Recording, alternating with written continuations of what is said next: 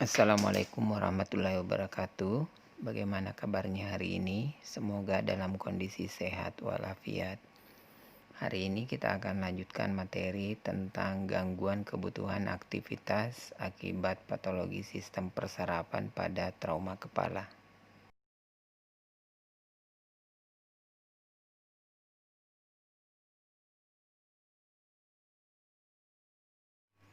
Klasifikasi cedera kepala yaitu trauma kulit kepala, fraktur tengkorak, dan cedera otak.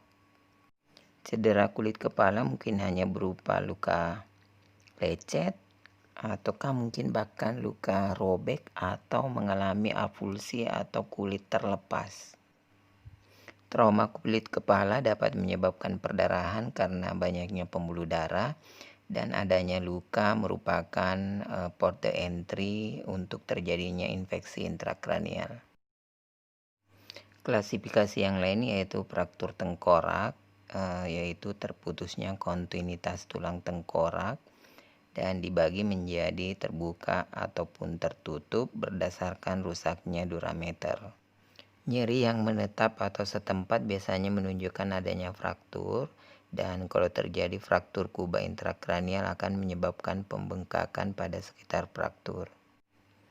Pasien fraktur basis krani biasanya terdapat ekimosis yang ada di atas mastoid yang dikenal sebagai tanda betel. Kemudian fraktur dasar tengkorak juga dicurigai jika cairan cerebrospinal keluar dari telinga yang dikenal dengan otore, dan keluar dari hidung yang dikenal sebagai rhinore cairan cerebrospinal. Klasifikasi trauma kepala yang ketiga yaitu cedera otak yang dibagi menjadi konkusi cerebri, kemudian kontusi cerebri, dan perdarahan intrakranial. Bentuk paling ringan dari cedera otak yaitu commusio cerebri atau concusio cerebri. Hal ini terjadi disfungsi neurologi sementara dan bersifat dapat pulih dengan atau tanpa kehilangan kesadaran. Kalaupun pasiennya mengalami penurunan kesadaran, biasanya hanya berlangsung beberapa detik atau beberapa menit, kemudian pasien disorientasi dalam waktu yang sangat singkat. Pada pasien ini perlu diobservasi adanya sakit kepala, pusing, peka rangsang, dan ansietas. Sedangkan cedera otak yang lebih parah yaitu kontusio cerebri. Nah, otak mengalami memar dan kemungkinan adanya bagian otak yang mengalami hemoragik. Pada kondisi ini, pasien berada pada periode tidak sadarkan diri dan gejala tergantung pada lokasi dan luasnya lesi. Pasien yang mengalami cedera luas mengalami gangguan fungsi motorik, gerakan mata abnormal, dan kemungkinan terjadi peningkatan tekanan intrakranial yang memiliki prognosis yang buruk. Akibat yang paling serius dari cedera kepala yaitu hemoragik. Hemoragik atau hematom bisa berupa epidural, subdural, atau intracerebral tergantung lokasinya. Pada hematom epidural, darah terkumpul pada ruang epidural antara tulang tengkorak dan durameter. Ini biasanya disebabkan adanya laserasi dari arteri meningeal tengah. Jika darah berkumpul antara durameter dan dasar otak, ini dikenal sebagai hematom subdural. Hematom subdural atau hemoragik subdural lebih sering terjadi pada vena atau pembuluh darah kecil yang menjembatani ruang subdural. Nah, sehingga hematom subdural itu bisa bersifat akut, subakut, ataupun kronik bergantung pada ukuran pembuluh darah yang terkena dan jumlah perdarahan yang ada. Jika perdarahan itu terjadi di substansi otak itu sendiri, maka dikenal sebagai hematom intracerebral. Biasanya terjadi pada pasien yang mengalami luka tembak atau luka tusuk. Selain itu, hematom intracerebral juga bisa terjadi akibat hipertensi sistemik, aneurisma, ataukah gangguan pembuluh darah di otak.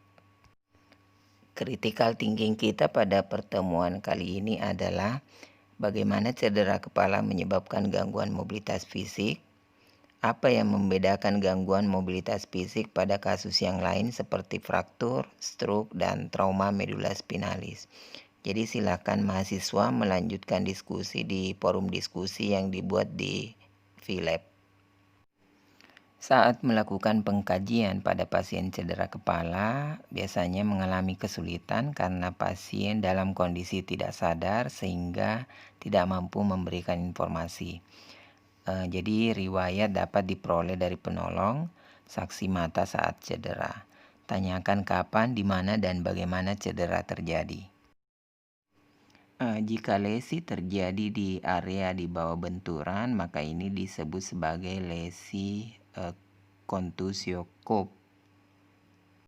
Sedangkan jika lesinya berada di area yang berseberangan dengan benturan, maka ini dikenal sebagai konterkup.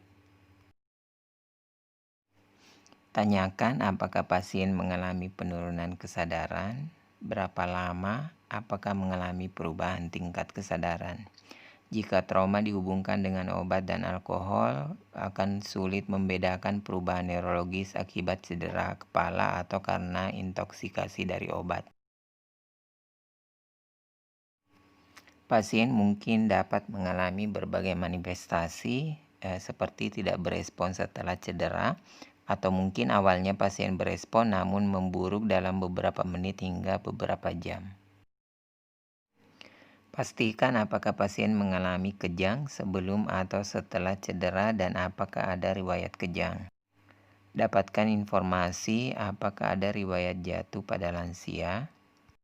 Dapatkan informasi lain seperti tangan yang dominan, kemudian penyakit atau cedera pada mata, alergi obat dan makanan, khususnya seafood. Pasien yang mengalami alergi seafood sering mengalami alergi media kontras yang digunakan untuk tes diagnostik. Tanyakan apakah ada riwayat mengkonsumsi alkohol atau obat-obatan karena hal ini bisa menutupi gejala peningkatan tekanan intrakranial. Setelah dilakukan anamnesis, dilanjutkan dengan pemeriksaan fisik. Nah, tujuan pengkajian keperawatan adalah untuk mendapatkan data dasar dan pencegahan peningkatan tekanan intrakranial, hipotensi sistemik, hipoksia, dan hiperkapnia. 5-20% pasien cedera kepala dihubungkan dengan spinal cord injury, sehingga perlu dikaji adanya kehilangan fungsi sensorik dan motorik dan nyeri di sepanjang spine. Hipoksia dan hiperkapnia dinilai melalui pemeriksaan analisa gas darah. Selanjutnya pengkajian tanda vital, biasanya untuk cedera kepala berat lebih sering mempengaruhi otoregulasi. Kenali adanya tanda-tanda klasik dari PTIK atau Cushing reflex, yaitu hipertensi berat dengan tekanan nadi melebar dan bradikardi. Bagaimana caranya mengetahui tekanan nadi? Jadi tekanan nadi merupakan perbedaan tekanan darah sistolik dengan diastolik. Misalnya tekanan darahnya 120/80, maka tekanan nadinya yaitu 120 kurang 80 sama dengan 40. Dengan PTIK, nadi akan cepat dan tidak teratur. Peningkatan aliran darah serebral sebagai respon dari hipertensi dan udem vasogenik juga dapat terjadi dan lebih lanjut meningkatkan TIK. Jika terjadi hipotensi dan takikardi, ini merupakan gejala shock hipovolemik. Penurunan aliran darah menyebabkan penurunan tekanan perfusi serebral yang dapat menyebabkan iskemik dan infark cerebri. Shock hipovolemik pada cedera kepala umumnya disebabkan oleh perdarahan intraabdominal, perdarahan ke dalam jaringan lunak sekitar fraktur atau perdarahan intrakranial. Selain itu dapat terjadi disritmia jantung akibat trauma dada, memar pada jantung atau gangguan sistem saraf otonom. Disritmia jantung juga bisa terjadi akibat PTIK hebat dan penekanan pada batang otak. Selanjutnya lakukan pengkajian neurologi dengan mengkaji GCS, salah satu alat ukur yang dipakai dengan menilai eye, motorik, dan verbal. Respon buka mata itu jika buka mata spontan nilainya 4. Jika buka mata dengan respon verbal nilainya 3. Jika buka mata dengan respon nyeri nilainya 2. Dan jika tidak buka mata atau tidak berespon maka nilainya 1. Selanjutnya nilai respon motorik. Jika respon motorik sesuai perintah maka nilainya 6. Jika melokalisir nyeri nilainya 5. Jika menunjukkan reaksi menghindar nilainya 4. Jika terjadi gerakan dekortikasi atau fleksi abnormal maka nilainya 3. Dan terjadi deserebrasi atau reaksi ekstensi nilainya 2. Dan jika tidak berespon nilainya 1. Selanjutnya lakukan penilaian terhadap respon verbal. Jika dapat berbicara dan memiliki orientasi baik nilainya 5. Jika dapat berbicara namun disorientasi nilainya 4. Jika mengeluarkan kata yang tidak tepat atau tidak jelas nilainya 3. Jika mengeluarkan suara yang tidak jelas nilainya 2. Dan jika tidak bersuara nilainya 1. Nilai GCS berada pada rentang 3 sampai 15. Jika nilai 15 maka pasien dalam kondisi sadar penuh atau kompos mentis. Nah, ini merupakan klasifikasi cedera kepala berdasarkan GCS setelah perawatan. Minimal jika GCS 15, tidak ada amnesia pasca trauma dan tidak ada defisit neurologis. Kemudian cedera kepala ringan jika GCS 13-15, CT scan-nya normal, pingsan kurang dari 30 menit, tidak ada lesi operatif, rawat rumah sakit kurang dari 48 jam, dan amnesia pasca trauma kurang dari 1 jam.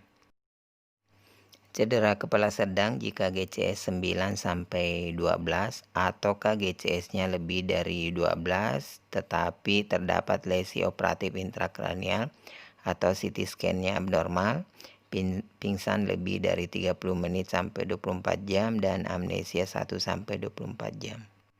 Cedera kepala berat jika GCS kurang dari 9 yang menetap dalam 48 jam setelah cedera, pingsan lebih dari 24 jam, dan amnesia pasca trauma lebih dari 7 hari. Perubahan tingkat kesadaran merupakan tanda awal gangguan neurologis dan indikator awal perubahan kesadaran termasuk perubahan perilaku seperti gelisah. Lakukan pengkajian mata, kaji pupil. Jika terdapat pinpoint atau tidak responsif, mengindikasikan gangguan pada batang otak di pons. Pupil yang tidak reaktif dan dilatasi menunjukkan prognosis yang jelek pada PTIK. PTIK dan hidrosepalus menyebabkan pergerakan nervus 3, 4, dan 6 mengalami penurunan. Penurunan visus dan diplopia disebabkan oleh kerusakan kiasma optikum atau traktus optik.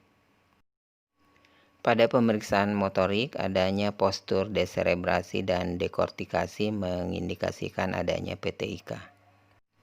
Lakukan pengkajian psikososial dan pemeriksaan diagnostik. Diagnosis keperawatan yang ditemukan yaitu penurunan kapasitas adaptif intrakranial berhubungan dengan udem cerebral. Diagnosis selanjutnya yaitu konfusi akut berhubungan dengan gangguan kesadaran. Masalah keperawatan yang lain yaitu gangguan mobilitas fisik dan defisit perawatan diri. Intervensi, kaji tanda-tanda vital setiap 1-2 jam atau sesuai indikasi. Pengaturan posisi pada pasien cedera kepala yaitu hindari fleksi, ekstensi leher dan pertahankan kepala sejajar dan posisi netral. Lakukan lock roll saat merubah posisi untuk menghindari fleksi pinggul dan pertahankan kepala dalam posisi 30 derajat. Lakukan manajemen cairan dan elektrolit. Pemberian cairan dititrasi untuk meningkatkan volume tetapi meminimalkan udem dan PTIK. Osmolaritas serum dipertahankan di bawah 310-320 miliosmol. Untuk manajemen perilaku, pasien beresiko mengalami kejang sehingga pertahankan tempat tidur rendah dan pasang side rail. Intervensi selanjutnya itu pencegahan komplikasi akibat imobilisasi, misalnya melakukan ROM untuk mencegah kontraktur, sokongan kaki untuk mencegah foot drop, stocking anti emboli untuk mencegah peningkatan stasis vena. Untuk mencegah hipotensi postural, hindari perubahan posisi secara tiba-tiba, tingkatkan cairan untuk mencegah infeksi saluran kemih, lakukan reposisi sering untuk mencegah pneumonia, dan perawatan kulit untuk mencegah adanya luka tekan. Pendidikan kesehatan pada pasien cedera kepala ringan. Jika pasien tidur, bangunkan setiap 3 atau 4 jam dalam 2 hari pertama. Jika pasien mengalami nyeri kepala, mual, atau pusing kurang 24 jam, gejala bertambah dan tidak mengalami perbaikan, segera hubungi dokter atau kembali ke rumah sakit. Berikan acetaminophen setiap 4 jam atau sesuai kebutuhan jika mengalami sakit kepala. Hindari sedatif, pil tidur, atau alkohol dalam 24 jam pertama kecuali diresepkan. Jangan melakukan aktivitas yang berlebihan pada 48 jam pertama. Hindari blowing atau meniup hidung atau membersihkan telinga pada 48 jam pertama.